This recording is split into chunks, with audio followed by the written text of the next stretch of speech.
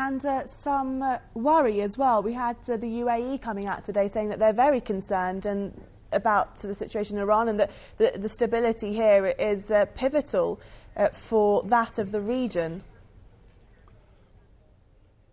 Mr. Lamb.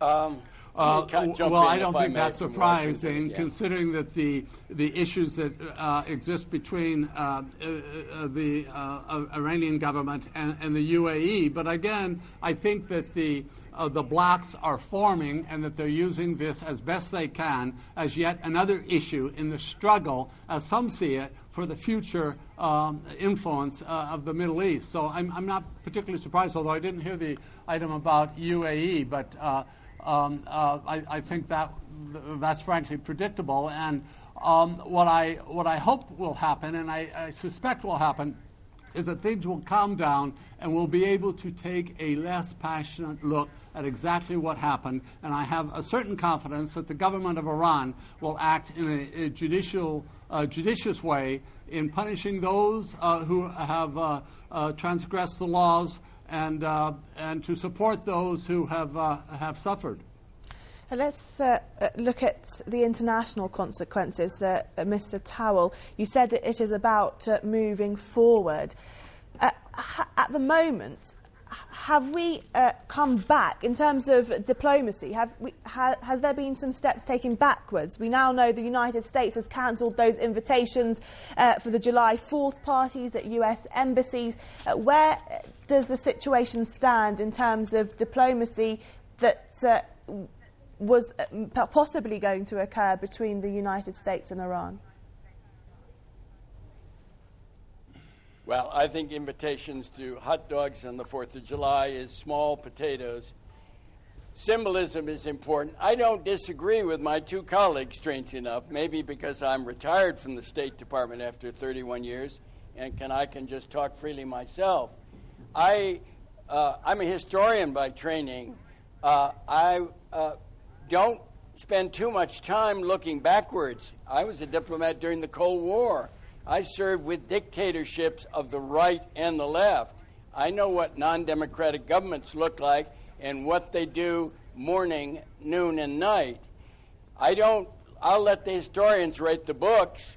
I'm not going to turn around, and I would be disappointed if my president, and I did not vote for him, by the way, I'd be disappointed if the President of the United States of America apologized for this, that, and the other thing. I agree with my colleague about bases. I'm a taxpayer. The United States, as I said earlier, should not be the gendarme of the world. I don't want to pay out of my pocket to inject myself in the internal affairs of every sovereign country on this wonderful globe. You finally have a president that has respect for other peoples, knows what different peoples are like. There are only 18% of American citizens that have passports.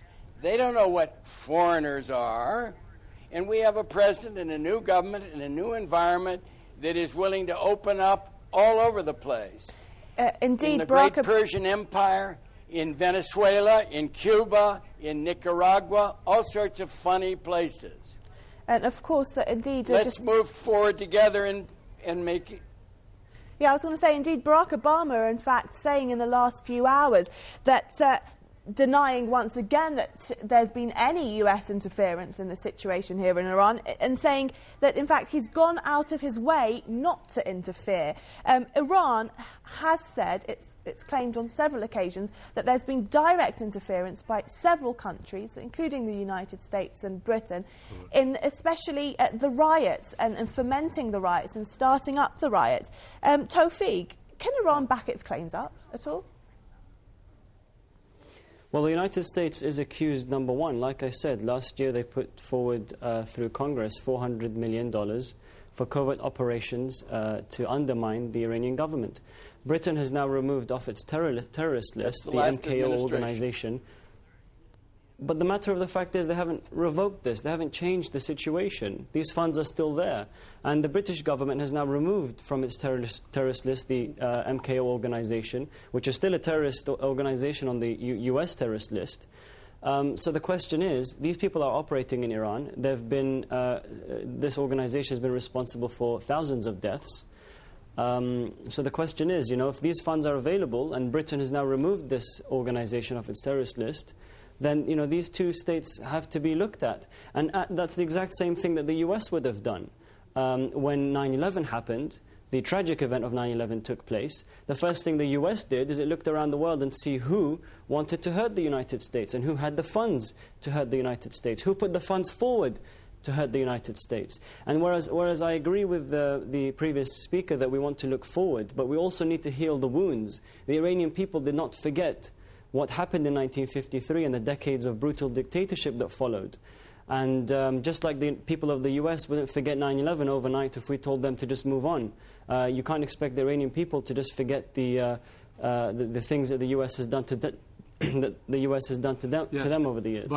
But to answer the moderator's question, of course it's incumbent upon the government of Iran to prove it, to prove that there was U.S. interference, direct interference, as it is for the Americans and the media to prove that there was fraud. And we're, again, waiting the results of both of those charges to be backed up with credible evidence. My concern is, as our one speaker said, that the American people are changing, and they are changing their attitudes toward the Middle East, and specifically Palestine. And I think that Obama is off to a decent start and is trying. But the problem in our government, as you know, is that Obama can't do it himself.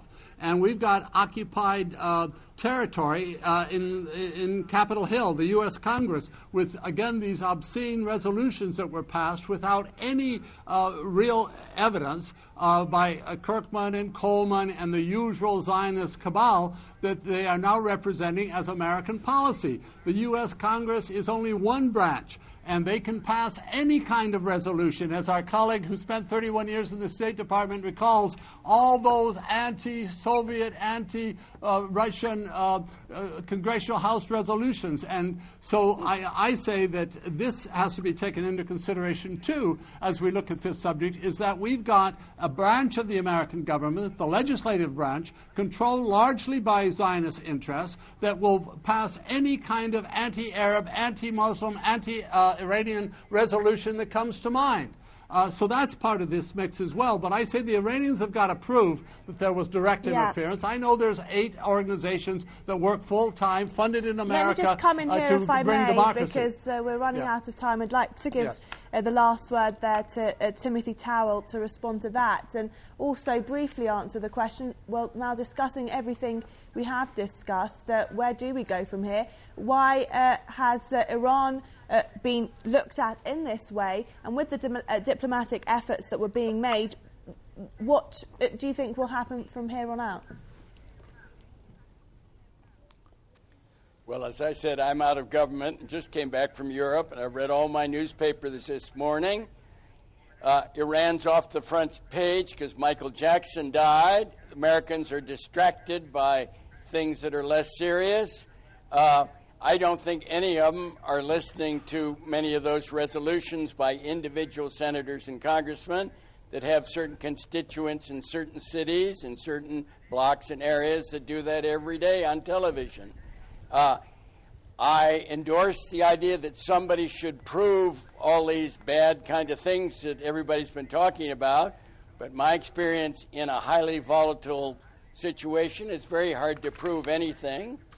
I still say the importance for the future of this world is a new world vision by the United States of America and a new vision by the successors of the great Emperor Darius. I have to stop you there because we're out of time, but I would like to thank you very much for your comments.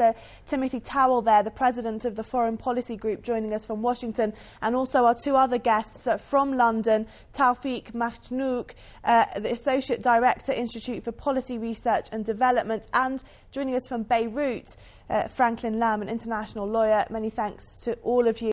Tune in again tomorrow at the same time for more in-depth analysis on post-election Iran. But for now, it's goodbye from me, Nargis Mobalaghi. Do stay tuned for the news in brief.